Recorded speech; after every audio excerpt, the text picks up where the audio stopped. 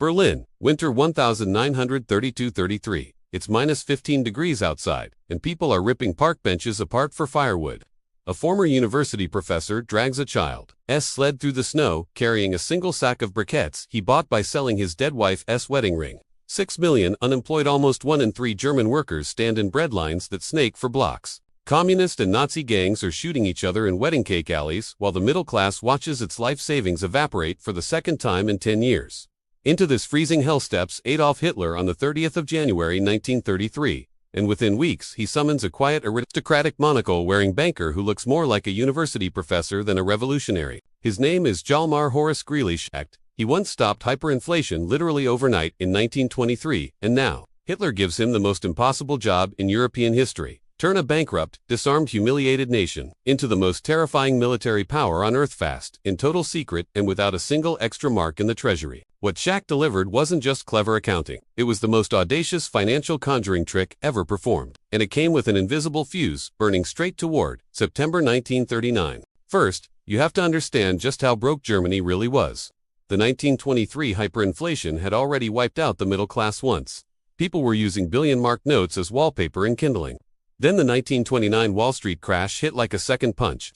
American banks called in short-term loans Germany had used to pay reparations and rebuild after the first disaster. By 1932, German industry was operating at 38% capacity. The Treaty of Versailles made everything worse. Germany was allowed an army of only 100,000 men, no tanks, no heavy artillery, no air force, no submarines, no general staff. Rearmament was legally impossible and financially unthinkable. Yet Hitler wanted not just rearmament, he wanted the most modern blitzkrieg army the world had ever seen, and he wanted it years before anyone thought possible. His timetable was insane: fully ready for major war by 1943 at the latest, preferably 1941. That meant spending sums that would have made the Kaiser blush, all while pretending to the world that Germany was a good, peaceful little republic, obeying every clause of Versailles. To do that, he needed money that didn't officially exist, debt that didn't show up on any balance sheet, and inflation that never appeared in the newspapers.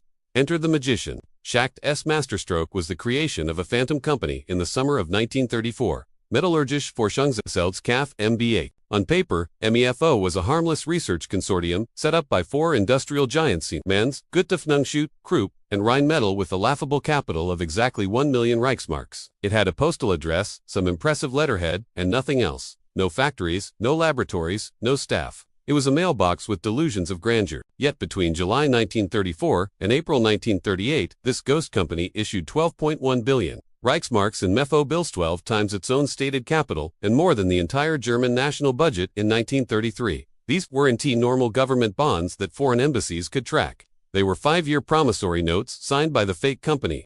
Here's how the trick worked in practice. Krupp gets an order for 1,000 Panzer III tanks. Instead of paying with cash from the Defense Ministry budget, which would have been visible to every spy in Berlin, the ministry hands Krupp a stack of MEFO bills worth, say, 400 million marks, redeemable in 1939 to 1942. Alfred Krupp doesn't want to wait 5 years, so he takes the bills to his friendly neighborhood commercial bank, Dresdner Bank, Commerzbank, whichever. The bank knows the secret. Every MEFO bill is secretly guaranteed by the Reichsbank itself. So the bank happily discounts the bill by 1 to 2% and gives Krupp real cash today. Krupp pays his steel suppliers, his workers, his engineers. The commercial bank, now holding billions in MEFO paper, takes the stack to the Reichsbank's back door after hours.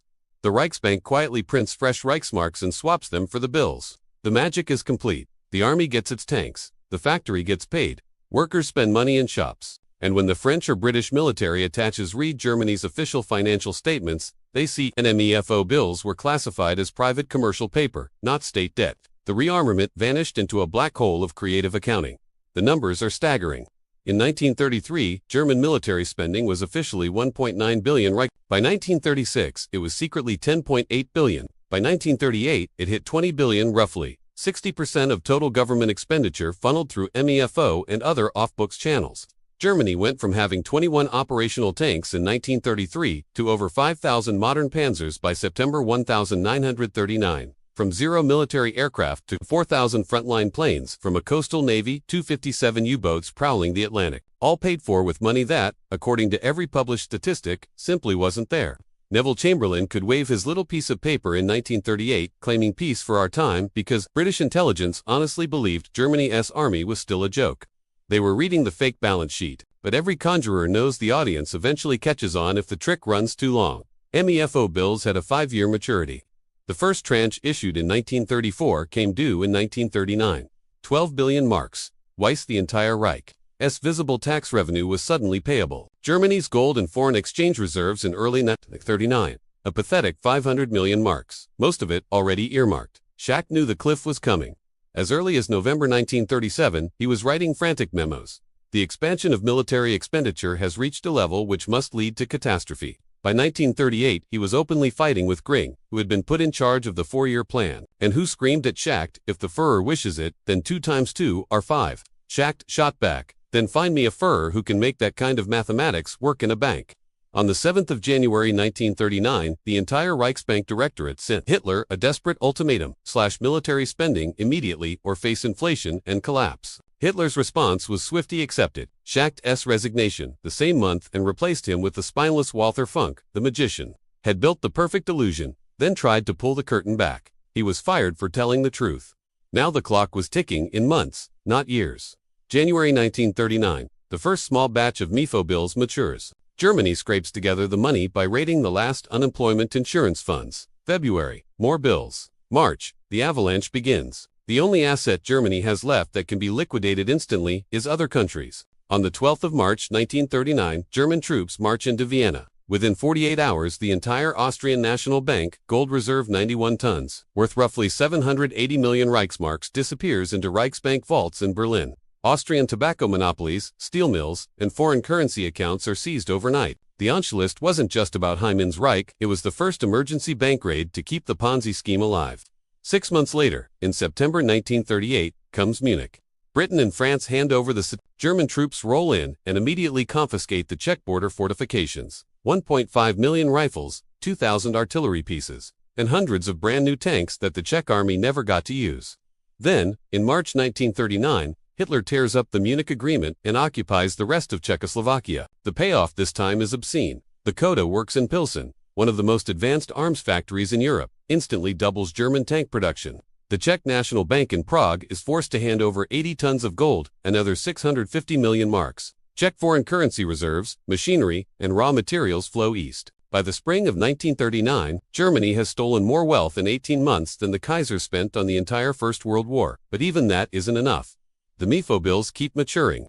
In August 1939, the Reichsbank's secret internal reports show only weeks of liquidity left. The invasion of Poland on the 1st of September 1939 is not just a war of conquest. It is the next desperate rollover of a giant pyramid scheme. Polish coal mines, grain stores, and the Warsaw Treasury by Germany another 6 months. When France falls in June 1940, the Bank of France is forced to lend Germany 400 million francs a day, and occupation costs 20 times the actual cost of the occupying army. France literally pays for the bullets that will later be fired at the British in North Africa and the Russians at Stalin. The looting only gets more systematic. In every conquered country, the Nazis set up Division-Schutzkampf, units currency protection, squads whose real job was breaking into bank vaults with blowtorches, Dutch diamonds, Belgian gold, Norwegian shipping shares, Greek olives, French champagne, everything that could be carried, sold or eaten was loaded onto trains heading east. Art was a special category. Gring alone stole over 600 masterpieces, but the Reichsbank took thousands more to sell for hard currency.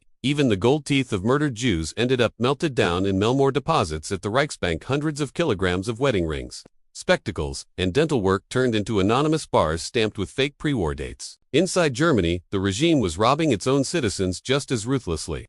The Volkswagen scam is the most heartbreaking example. In 1938, Hitler personally unveiled the KDF wagon strength through Joycar, promising every German worker a car for just 990 marks, less than 6 months' wages, if you saved 5 marks a week. By 1939, 340,000 Germans had paid in full. Their stamp books were proudly displayed on kitchen tables.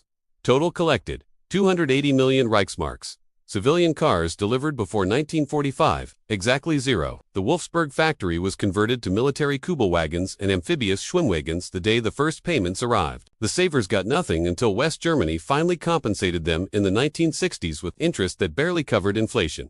Jewish Germans were stripped even more brutally. The Aryanization program forced Jews to sell businesses for 10 to 20% of real value. The proceeds were then taxed at 90% by the state. Bank accounts were frozen, life insurance policies canceled, houses seized, furniture auctioned. By 1939, the Reich had stolen roughly 12 billion marks from German and Austrian Jews, alone another invisible slush fund for the war machine. And then there was slave labor, the ultimate cost-cutting measure. IG Farben built the largest chemical plant in Europe at Auschwitz, specifically to use concentration camp prisoners, who were paid nothing and worked to death in 4 months, on average. Siemens, Krupp, Daimler-Benz, BMW, Messerschmitt ran satellite camps next to their factories. By 1944, over 7 million foreign forced laborers and prisoners were working in German industry. Their food ration was scientifically calculated to provide just enough calories to work for 12 weeks before collapse. When they died, new trainloads arrived from the east. The economic value was staggering. Slave labor saved the Reich an estimated 25 to 30 billion marks in wages during the war. This was not a normal economy. It was a gigantic raiding machine dressed up as a state. Every part of it, MEFO Bills, plunder, slavery, theft, was designed to push the day of reckoning one more year into the future. As long as the front lines moved forward, new treasures rolled in faster than old debts came due.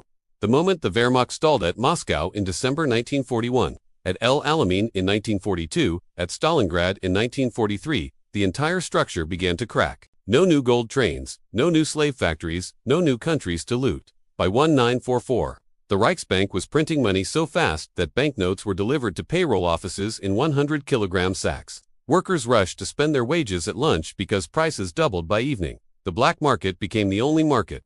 The pyramid didn't just collapse, it imploded, taking 40 million lives with it. So here is the question historians still argue about in the middle of the night. Was the Second World War economically inevitable once the MEFO scheme was set in motion? Could Germany have braked in 1937 or 1938, paid off the bills gradually, switched to civilian production, and survived as a peaceful but heavily armed regional power? Schacht thought so. He begged for it. But every slowdown would have meant factories closing, unemployment spiking, breadlines returning the exact conditions that brought Hitler to power in the first place. The Nazi regime and the Ponzi economy were the same organism. One could not survive without the other. The war in Europe did not begin in a vacuum of pure ideology. It began because a brilliant banker built a financial time bomb under the Reich, and the only way to defuse it was to keep stealing bigger and bigger treasures before the timer hit zero. On the 1st of September 1939, when German tanks crossed the Polish border, they weren't just carrying soldiers, they were carrying the collectors for the largest bad debt in history. That is the part they don't teach you in school. The greatest crime of the 20th century was not only fueled by hatred, it was financed by one of the most sophisticated frauds ever devised. A fraud so perfect it conquered half a continent before the victims realized they had been robbed blind. And when there were no more countries left to rob, the house of cards, finally, catastrophically, fell. Next time someone tells you economics is dry, remember this story. Sometimes the most devastating weapon of mass destruction isn't a bomb. Sometimes it's a piece of paper with a 5-year promise that was never meant to be kept.